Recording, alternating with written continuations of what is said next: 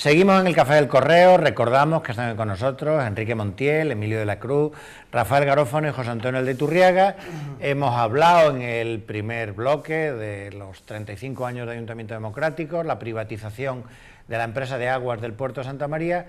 Quería plantearles a nuestros invitados también el debate suscitado en la ciudad a raíz de que la Junta de Andalucía tuvo que sacar a concurso público el centro de interpretación de la Constitución del 12 en el edificio anexo del oratorio, después de que fuera imposible ponerse de acuerdo con el obispado para que los ciudadanos que iban al centro de interpretación pudieran también en la misma visita visitar al oratorio. Hay que recordar que el oratorio de San Felipe Neri fue rehabilitado con fondos de la Junta de Andalucía, creo que fueron 10 millones de euros,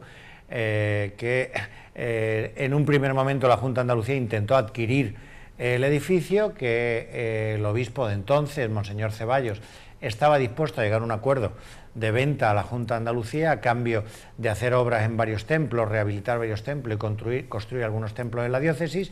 Un grupo de unas 50 personas que al parecer iban los domingos a misa al oratorio, pues se movilizaron en contra de la operación. La Junta se asustó, el obispado se asustó, se llegó al acuerdo del alquiler del oratorio hasta finales del 12 y de la compra del edificio anexo, que es lo que la Junta sacaba a concurso. El Ayuntamiento de Cádiz está sufragando la rehabilitación de algunas capillas en la ciudad, y todo también surge porque, coincidente en el tiempo con el concurso que ha hecho la Junta de Andalucía, se observaron graves desperfectos estructurales en la iglesia de San Antonio, que reclamó de la intervención pública. Entonces se suscitó un debate sobre el uso de dinero público para la rehabilitación de templos que quedaban como patrimonio de la Iglesia Católica. Por lo tanto, ahora das cuenta que la Iglesia, por los años que lleva, la famosa frase de que con la Iglesia hemos topado, no tiene, vamos, nadie le puede echar ningún pulso, porque fíjate que lo que ha puesto nuestro querido director y moderador, al final la Iglesia se ha vuelto, o sea, no la vendió por un lobby gaditano de 50 personas, no lo vendió, vuelve a ello y se ha rehabilitado por la Junta. Por lo tanto, esa se llama arte en Cádiz, ¿no? Segundo, sí. Y ese lobby, pues lógicamente debió... Algo parecido a lo que le pasó con la aduana, ¿no? Hubo un lobby. Funcionó el lobby, que yo creo que debería algunos son los mismos. Juan Manuel Moreno, porque claro, sí les puedo ayudar también en el lobby que quiere hacer en Bruselas. Y yo creo que bueno, que ese es un patrimonio que tenemos, y además a partir del bicentenario se tiene que estar en un acuerdo oportuno, porque no debe ser no de los gaditanos, ¿no?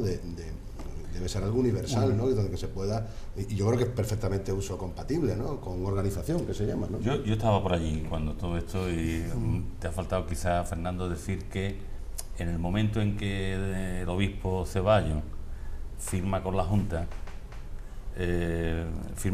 porque no firma con la alcaldesa, que quería, el ayuntamiento quería haber participado en la rehabilitación, y al parecer la Junta impuso el que el ayuntamiento estuviera fuera del tema, y eso forma parte también de lo que podríamos llamar la mala suerte que tuvo el 12, que muchas cosas salieron muy bien, pero otras, porque por ejemplo el colegio que está allí en San Felipe, el colegio San Felipe, ese colegio tenía que haber formado parte de un centro de interpretación y del 12. Sin embargo, la Junta, la Delegación de Educación, a través de la Asociación de Padres. La Asociación de Padres. Bueno, la Asociación de Padres también son menos de 50. Sí, pero son otro lobby. Son menos de otro 50. lobby. Lo cierto es que finalmente hay que decir lo siguiente: la obra del oratorio fue lo mejor del bicentenario, en mi opinión, porque eso se le ha dado a Cádiz un edificio histórico que es una maravilla de restauración y tal. Y sobre el planteamiento global de la rehabilitación de templos y tal, hombre, yo tengo una experiencia que voy a contar aquí, y me gustaría también, seguro que Rafael también tiene otras parecidas, de viaje mi primer viaje a Alemania. Yo me encanta Alemania, lo he dicho siempre, parece que es un país serio, estupendo.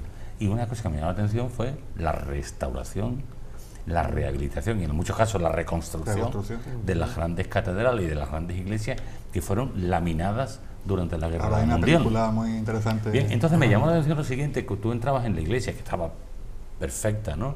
Y había como una especie de urna grande para depositar los óvulos, la ayuda. Y entonces había una foto de cómo estaba la iglesia después de la Guerra Mundial y cómo iba. Entonces es que los fieles, los alemanes, ellos también estaban contribuyendo decisivamente a... y otra cosa que me llamó la atención era la siguiente, que las iglesias estaban abiertas todo el tiempo.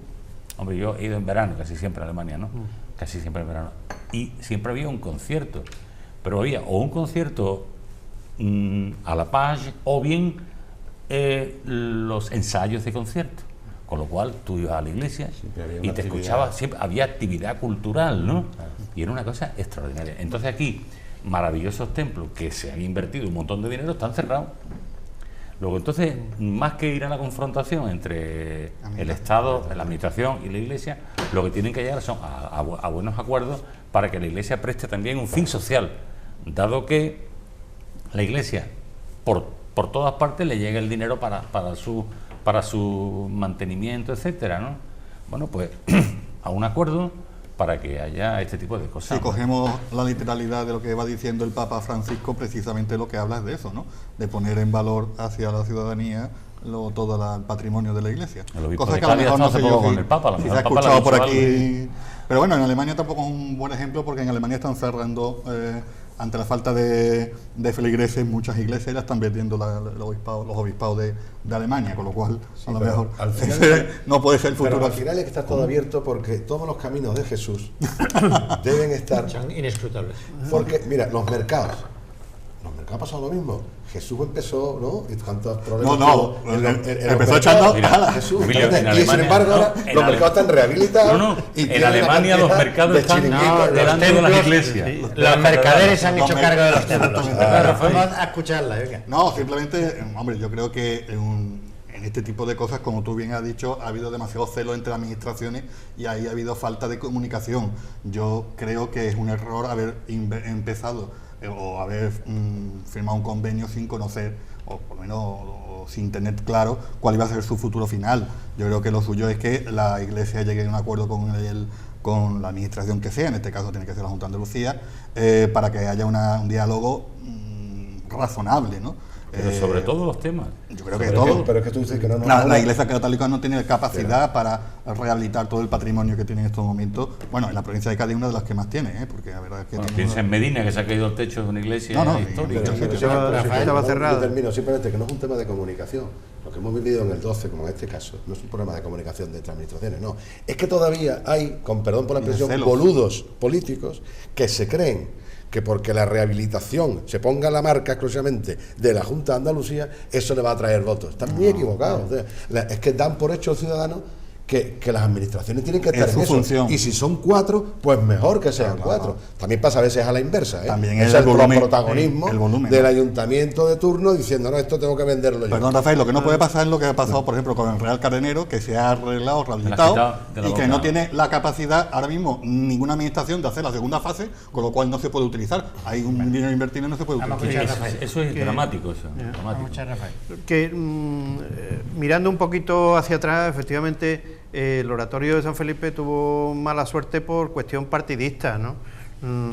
Y el obispo de aquel momento, yo creo que adoptó una postura pragmática, viendo que el acuerdo tenía que ser con el que ponía dinero encima de la mesa. Claro, en este caso el ayuntamiento del Partido Popular, el equipo del gobierno del ayuntamiento, se sintió un poco marginado o mucho marginado, sobre todo porque es la Iglesia. Quiero decir, no es un elemento neutral, es decir, nuestra Iglesia se está yendo con los socialistas de la Junta de Andalucía. Entonces se enfadó todavía más. No era nuestra iglesia, era nuestro obispo. Bueno, la iglesia es una cosa, y el obispo y los asesores del obispo era otra. Se está yendo con el que no es de los nuestros. Es decir, ¿qué pasa aquí? Y ahí hubo un problema importante, y en esta última nota que ha sacado el obispado, yo creo que funciona en ese tema y en otros con cartas marcadas. Cartas marcadas. No voy a decir que es una operación de trilero, pero se le acerca muchísimo. Y se le acerca muchísimo porque los que no estamos en la órbita de la Iglesia respetamos muchísimo los templos de la Iglesia, cuando desde la Iglesia no se respeta el conjunto civil y laico de la ciudadanía. Es decir, si yo no soy religioso, ni practicante, ni creyente, yo quiero que los templos estén muy bien restaurados, muy bien cuidados, son historia, son arte, son antropología, cultura. Son cultura hasta el tuétano. Entonces yo creo que las administraciones de todos tienen que estar en la rehabilitación de todos. Y esa es la carta marcada.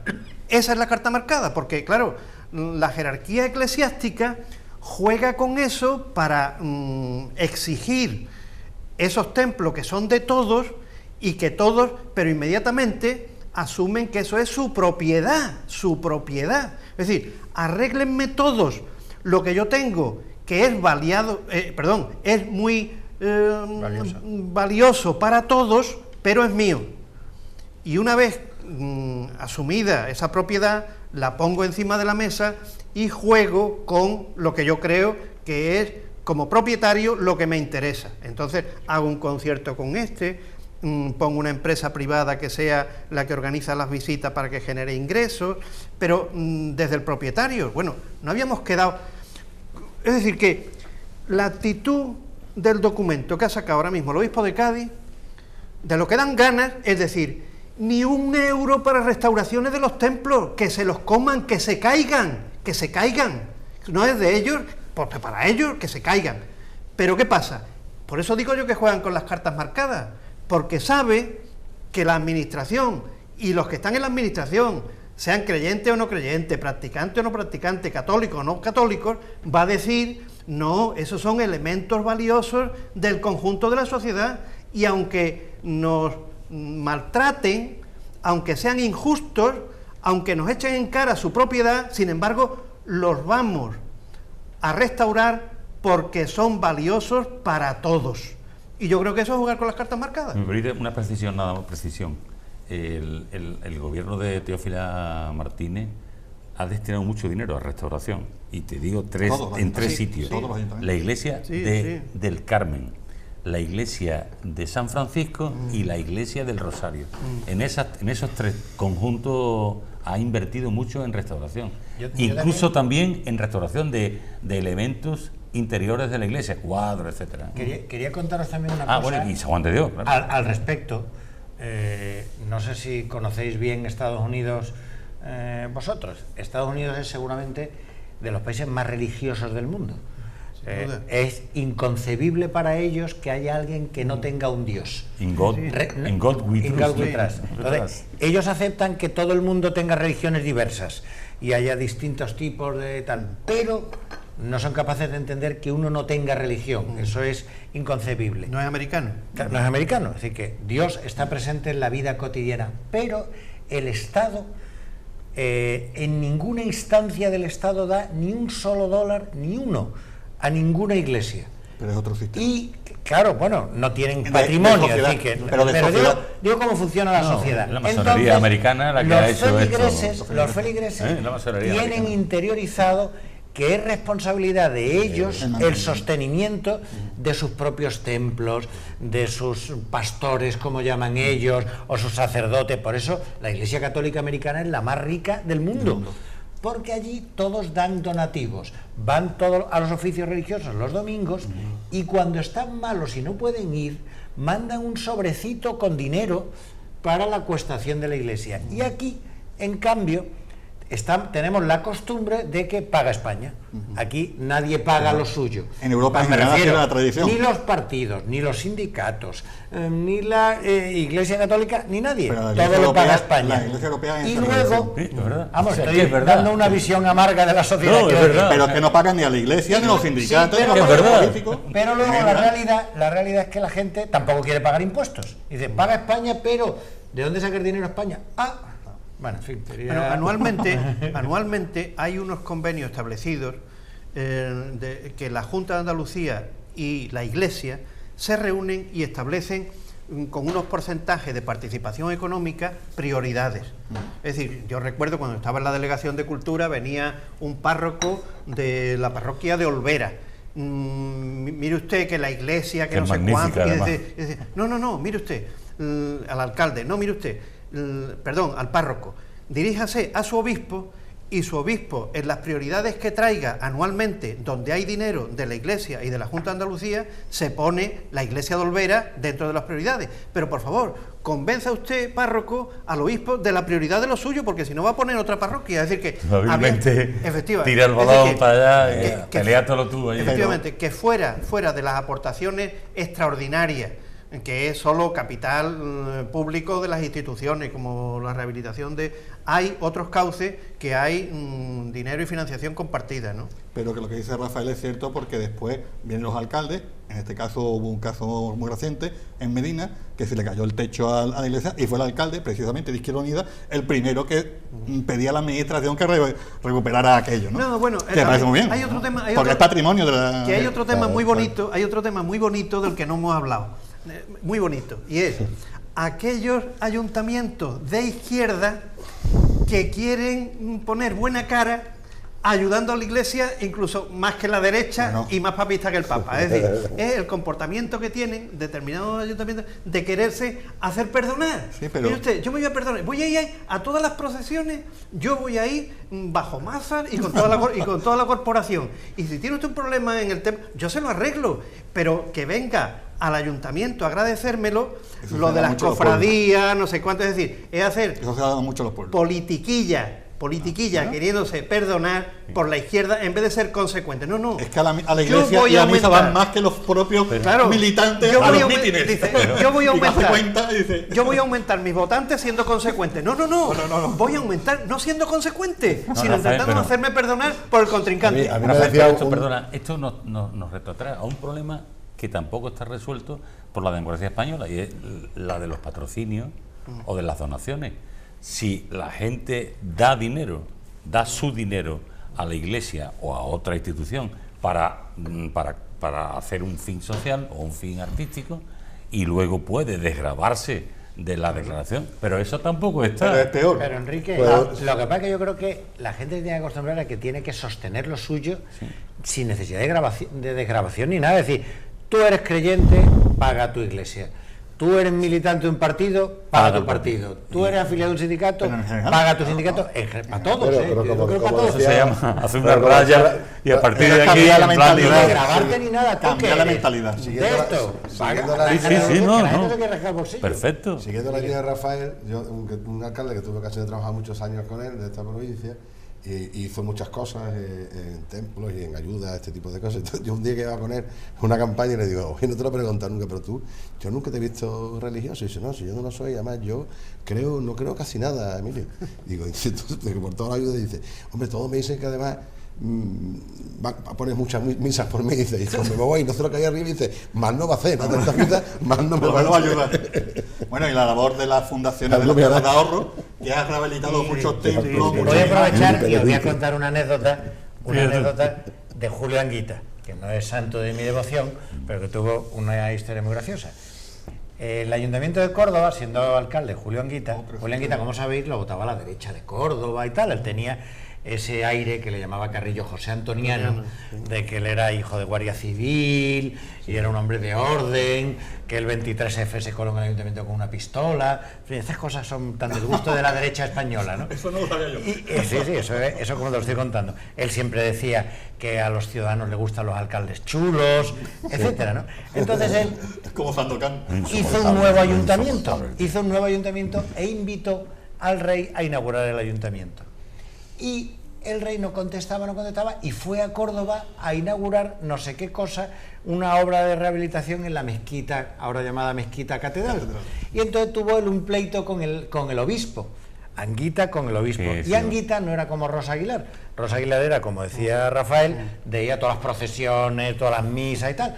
Anguita no. Y yo le alabo el gusto en eso, ¿no? Susana Entonces también, tuvo un pleito con el obispo y le dijo una frase que a mí no se me ha olvidado nunca, que le dijo: usted no es mi obispo, pero yo sí soy su alcalde. Me encantó esa frase porque es redonda. Bueno, vamos a cambiar de tema. Hoy la dispersión no la tengo yo en exclusiva, ¿eh? Aquí ha habido... Una cosa muy breve, que nos quedan 5 minutos nada más, queda el departamento de dedicatorias. Vale, que está extenso hoy. Cierre de Altadis, esta semana se cierra definitivamente Altadis, que había quedado ya como un depósito de tabaco expandido, y creo que quedan 20 trabajadores y unas cuantas fardos. Se van los fardos y se despiden los trabajadores. Pues en 2 palabras, Fernando, por mi experiencia en San Fernando con Fábrica San Carlos, si eso es suelo industrial, que no se cambie el uso, que sea suelo industrial para siempre. Fin. Emilio. Fin. Ya, más Sí. breve. Rafael. Hombre, Puede ser un poco más extenso. Sí, puedo ser un poco más extenso, sí. Que es el final de una etapa histórica, de una actividad que, dado el carácter marítimo de nuestra ciudad, pues ha estado vinculado primero con los tabacos americanos, después con la producción de tabacos, y había una referencia de las fábricas de tabaco de Sevilla y Cádiz. Era el tabaco que se mezclaba incluso con los mitos de Carmen, con las óperas francesas y tal, ¿no? Es eso, todo eso lo que se va. Es un cambio de tiempo, una página que pasa, unido a los perjuicios para la salud que con el tiempo han ido poniéndose en evidencia, y de alguna forma no vamos a lamentarlo, ¿no? Porque la salud pública estaba vinculado a la baja del consumo del tabaco, y la fábrica de Cádiz va a contracorriente de los tiempos, y así ha sido, ¿no? Hubo un primer intento muy importante, y que tampoco hace demasiado tiempo, para que la actividad de la industria tabaquera no se fuera de la ciudad. La fábrica de tabacos en Cádiz, que estaba en el mismo centro de Cádiz, muy cercana al puerto, es decir, donde tenía que estar, pasó a un sitio que es un disparate. Es decir, donde está la fábrica de tabaco de hoy es un disparate, un sitio de relleno que era, no está en Cádiz, pero sigue estando en la ciudad de Cádiz, ¿no? Aquello fue una situación muy compleja para salvar la actividad. Ahora ese suelo ya está consolidado, hay ahí encima una infraestructura, un inmueble muy importante, y bueno, ojalá pudiese seguir teniendo una actividad económica, industrial, que pudiese darle contenido y consiguientemente puestos de trabajo, ¿no? Yo lo que ha dicho Rafael tiene la clave, ¿no? Aquí evidentemente tiene mucho que ver la bajada. Yo he hecho poco negocio con Altadis porque como no fumo, pues no tengo muchas posibilidades de haberlo mantenido.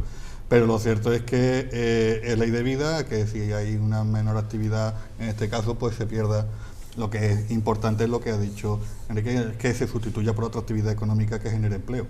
Porque es lo único para que eso hace hace falta que no se cambie el uso del suelo. No, eso es fundamental. San Fernando se cambió el uso, ¿eh? Un tema que es importante reconocer, que yo creo que no se ha señalado lo suficiente. La fábrica de Cádiz, aparte de los 260 años de historia, llegó a tener 3.000 empleados. Y en la plantilla siempre un 80-85 eran mujeres.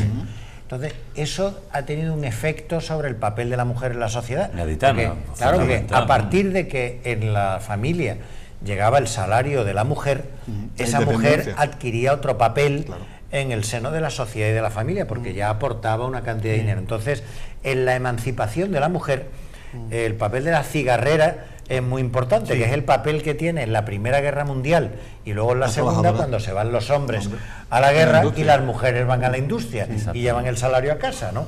Una vez que vas consiguiendo ese papel, eso es irreversible después, ¿no? Pues, sí, por eso a mí nunca terminó de gustarme el bonito monumento que hay junto a la fábrica de tabaco de las tabaqueras, de las mujeres, de las cigarreras, de Celso Escanilla. Nunca terminó de gustarme. ¿Por qué? Porque ahí falta un tercer elemento, una tercera mujer. ¿Dónde está esa mujer que retenía a los revisores y en reivindicaciones laborales fuertes, donde se encerraban, donde tenían conflictos con los guardias? ¿Dónde está esa mujer que es batalladora y a la vez es Carmen, la de Bizet? ¿Dónde estáis? Ninguna de las dos. Parece que son dos humildes trabajadoras. No está la tía con la mano en la cadera dura y que fue también tabaquera de esa fábrica. Por eso nunca me ha terminado de gustar.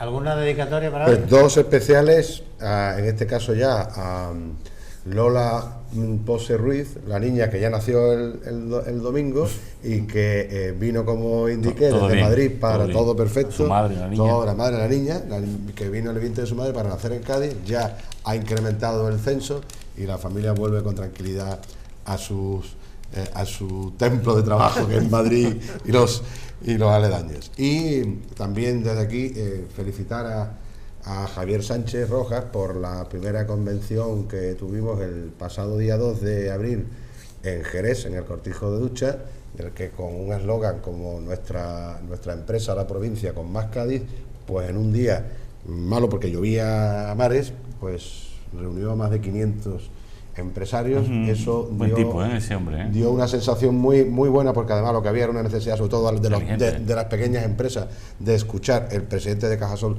habló de alguna recuperación y las mesas de trabajo estuvieron muy bien, y por lo tanto, primero, mi felicitación a Javier, a toda la organización, y además con la contratación acertada de nuestro amigo Jesús de Sobrino, que se ha incorporado también a los elementos de comunicación. Bueno, pues con estas dedicatorias y como siempre a la gallega también de San Fernando, pues damos por concluido el programa de esta semana. Volveremos dentro de 15 días con el lapso de la Semana de Pasión. Agradecemos a nuestros invitados sus opiniones y sus comentarios, a Rafael Garófano, Emilio de la Cruz, José Antonio Aldaiturriaga y Enrique Montiel. Les agradecemos a todos ustedes por habernos prestado atención y, como digo, nos vemos dentro de 15 días con nuevos temas en el Café del Correo.